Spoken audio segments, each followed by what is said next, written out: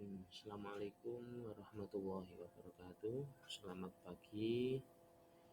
Di sini dalam materi pendidikan agama Islam terkait dengan tema mensyukuri nikmat dari Allah Subhanahu wa taala akan saya sampaikan materi tersebut terkait syukur nikmat yang perlu kita yakini bahwa pemberian nikmat yang diberikan oleh Allah Subhanahu wa taala selama ini terus diberikan kepada semua makhluk, utamanya adalah manusia yang senantiasa syukur tersebut kita panjatkan setiap waktu, setiap kita diberi kesempatan oleh Allah Subhanahu wa taala. Terkait dengan syukur nikmat tersebut, ada beberapa pengertian tentang syukur nikmat dan perwujudan syukur itu seperti apa. Nanti ketika kita telah melakukan semuanya itu, nanti imbas dari apa yang telah kita lakukan, apa yang telah kita semuanya ini berikan kepada Allah Subhanahu wa taala, imbal baliknya kepada kita semuanya itu apa? Yang pertama adalah keuntungan menjadi orang-orang yang selalu bersyukur dengan apa yang telah diberikan oleh Allah Subhanahu wa taala. Salah satu contoh ketika kita diberikan oleh Allah menikmati fasilitas-fasilitas yang ada di dunia ini tanpa terkecuali, mulai dari kita diberikan oleh Allah nafas, diberikan oleh Allah kehidupan-kehidupan yang lebih baik lagi. Semuanya itu harus kita syukuri dengan sedikit demi sedikit rasa syukur tersebut dengan kita selalu mendekatkan diri kepada Allah Subhanahu wa taala dengan meningkatkan ketakwaan kita, meningkatkan ibadah kita kepada Allah Subhanahu wa taala. Terkait rasa syukur tersebut, kita senantiasa sholat kita tambahkan yang biasanya kita hanya sholat munfarid atau sendirian, kita lakukan dengan sholat berjamaah menuju ke masjid rumahnya Allah Subhanahu wa taala.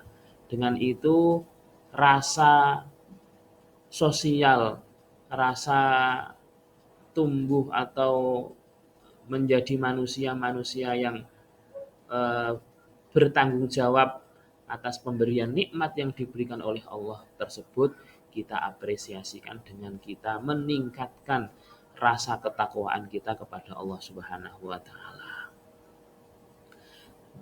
Tujuan kita melakukan hal-hal tersebut adalah senantiasa untuk bisa memberikan apa ya istilahnya nikmat tersebut kita kembalikan kepada Allah Subhanahu wa taala. Ketika kita sudah diberikan oleh Allah fasilitas semuanya ini, kita harus berterima kasih kepada Allah. Ketika kita dihidupkan kembali setelah kita istilahnya meninggal, kita akan dihidupkan kembali oleh Allah Subhanahu wa taala dari tidur kita, yang menjadikan tidur tersebut ibadah adalah cara kita mensyukuri nikmat-nikmatnya Allah dengan cara kita berbagi. Berbaginya bagaimana? Dengan cara kita berdoa. Doa sebelum tidur maupun doa-doa yang lain.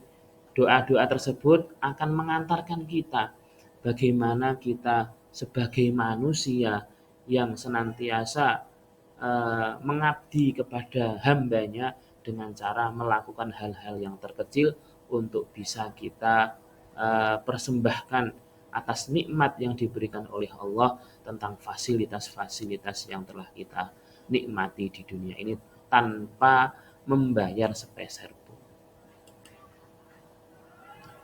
Mensyukuri nikmat, ada dua kata dari yang dasar yang digunakan, yaitu syukur dan nikmat. Syukur merupakan bentuk keridhaan atau pengakuan terhadap rahmat Makna menurut bahasa adalah pemberian atau bisa juga dengan anugerah atau kebaikan dan kesenangan yang diberikan manusia baik berupa rizki, harta, keluarga maupun segala kesenangan yang lain. Syukur-syukur nikmat yang banyak kita rasakan, banyak kita terima dari Allah Subhanahu wa taala, sebagai manusia sering untuk melupakan bagaimana rasa syukur kita terhadap pemberian Allah Subhanahu wa taala tersebut. Terkait dengan anugerah kita diciptakan oleh Allah sebagai manusia yang sempurna, bagaimana kita apresiasikan dengan baik kesempurnaan tersebut dengan menambah keimanan-keimanan atau kebaikan-kebaikan yang telah diberikan oleh Allah kepada kita semuanya. Sebagai manusia harus kita banyak-banyak bersyukur tentang rezeki yang diberikan oleh Allah, rezeki hidup, rezeki diberikan kesehatan oleh Allah, rezeki bagaimana kita semuanya ini bisa eh, menikmati hidup yang luar biasa terkait dengan diberikan oleh Allah keluarga yang sempurna, diberikan oleh Allah putra-putri yang solih-solihah, maupun kesenangan-kesenangan yang ada di dunia tersebut. Semuanya itu harus kita kembalikan kepada Allah Subhanahu wa taala yang maha segalanya. Kalau kita semuanya ini bisa menikmati syukur nikmat yang diberikan oleh Allah tersebut, maka insya Allah dalam perjalanan kita di dunia ini akan senantiasa diberikan oleh Allah keberkahan hidup, diberikan oleh Allah kesuksesan dalam menjalani semua aktivitas yang ada di dunia. Baik, lanjut terkait dengan syukur nikmat tersebut, dalil yang ada di Al-Quran sudah jelas bagaimana kita sebagai manusia harus bisa menjalankan eh, roda kehidupan di dunia tersebut dengan sebaik-baiknya. Di dalam Al-Quran surat Ibrahim ayat 7, A'udzubillahi minasyaitonirrajim, Bismillahirrahmanirrahim. Wa in ta'adzana rabbukum la in syakartum la azidannakum wa la in kafartum inna adzabi lasyadid. Dan ingatlah ketika Tuhanmu memaklumkan, sesungguhnya jika kamu bersyukur, mensyukuri nikmat yang diberikan oleh Allah, karunia apapun yang diberikan oleh Allah tersebut, berupa kehidupan, berupa rezeki, harta benda, maupun anak-anak yang solih dan solihah tersebut, maka nikmat yang kamu syukuri tersebut akan menjadi nikmat yang paling terbaik. Sebaliknya, ketika kita sudah diberikan oleh Allah nikmat-nikmat yang banyak tersebut, tetapi kita sering mengeluh, tidak pernah mensyukuri apa yang telah diberikan oleh Allah, maka pasti adabnya Allah Subhanahu wa taala akan menimpa pada diri kita masing-masing. Selanjutnya, perwujudan syukur. Syukur apa sih yang selama ini kita lakukan terkait dengan kehidupan, terkait dengan eh, sosial kita kepada sesama manusia di lingkungan maupun di masyarakat, sesuai dengan yang diriwayatkan oleh Imam Al-Ghazali, membagi syukur tersebut menjadi 3 bagian. Yang pertama adalah amal, amaliyah apa saja yang telah kita lakukan terkait dengan hablum minallah dan hablum minan nas. Ketika hablum minallah tersebut sudah kita laksanakan dengan cara sholat, puasa, zakat, dan sebagainya, itu kita insya Allah hubungan hablum minallah kita dengan Allah Subhanahu wa taala sudah bisa dikategorikan syukur nikmat yang baik. Yang kedua, syukur nikmat yang terkait dengan hablum minan nas. Nah, ini yang perlu kita tingkatkan lagi terkait dengan kondisi saat ini yang banyak memang antar satu dengan yang lainnya saling berselisih. saling apa ya namanya, ketika kita mempunyai permasalahan dengan orang lain, harus kita senantiasa menyelesaikan sebelum kita nantinya dipanggil oleh Allah Subhanahu wa taala. Terkait penyelesaian tersebut, yang paling utama adalah terkait hutang piutang. Ketika kita mempunyai sanggutan hutang, terlebih dahulu kita harus menyelesaikan dengan baik. Jangan sampai hutang tersebut kita bawa ketika kita nanti sudah dipanggil oleh Allah Subhanahu wa taala. Pokoknya hablum minan nas kita utamakan sebelum kita membangun pondasi yang nanti kita tanamkan pada diri kita terkait dengan hablum minallah tersebut. Selanjutnya, keuntungan apa sih yang menjadi ketika kita seorang manusia yang menjadi orang yang bersyukur?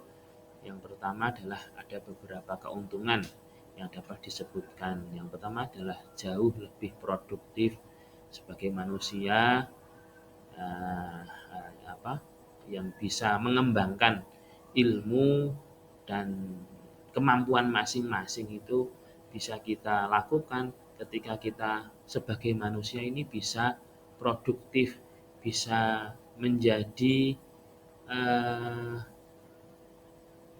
yang diberikan oleh Allah tersebut bisa bermanfaat bagi orang lain, tidak hanya untuk diri kita masing-masing, tapi menjadi manusia yang produktif, bisa berguna bagi orang lain, bisa membantu orang lain, sehingga orang yang kita bantu tersebut bisa menikmati syukur tersebut yang kita apresiasikan dengan kita bantu.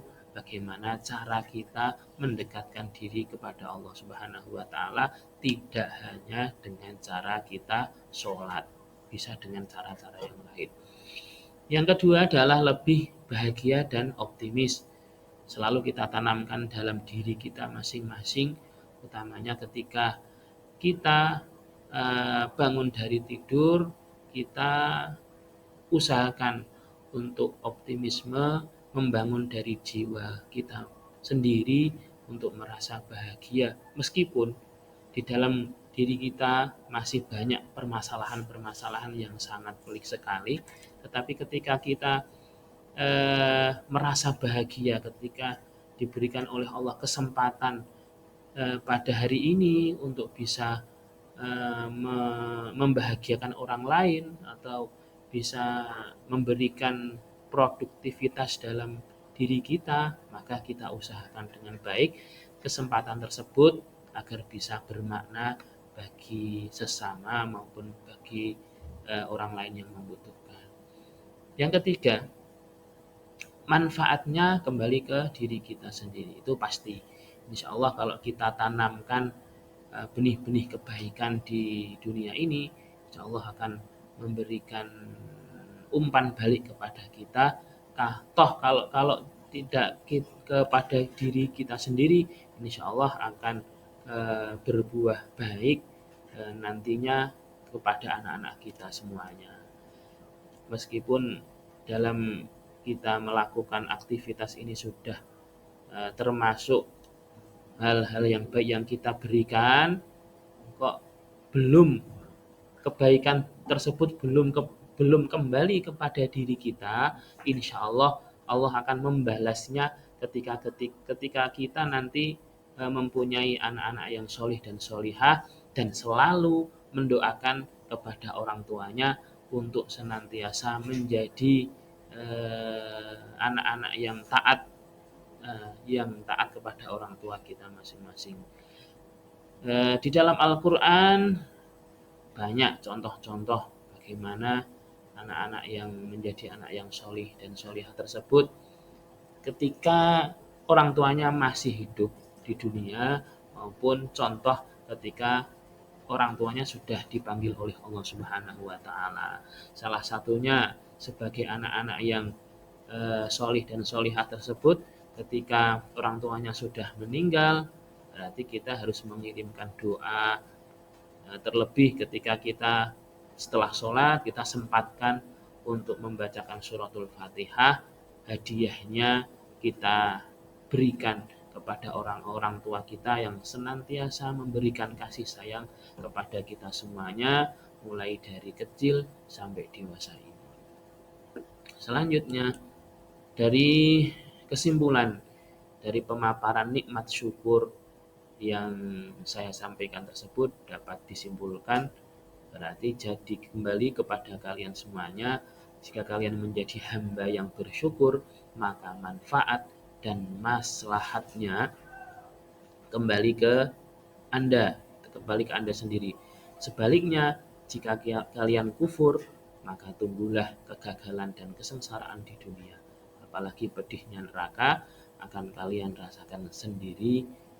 Itu sudah pasti, sudah ada di nas Al-Quran, dan banyak sekali eh, penguat-penguat atau dalil yang menerangkan bahwa eh, ending dari kehidupan ini adalah nantinya adalah surga dan neraka. Ketika kita berbuat baik di dunia, baik kepada semua orang, hablum minan nas dan hablum minallah, insya Allah kita optimis untuk senantiasa kita kembali kepada Allah Subhanahu wa taala dengan kondisi dan dihadapkan dengan husnul khotimah. Sebaliknya, kalau kita di dunia ini kesempatan yang diberikan oleh Allah tidak kita gunakan dengan baik, kita sia-siakan, maka nantinya dalilnya Allah Subhanahu wa taala akan kita menerima adab dari Allah, yaitu dengan kita dimasukkan ke dalam nerakanya Allah Subhanahu wa taala. Naudzubillah min dzalik.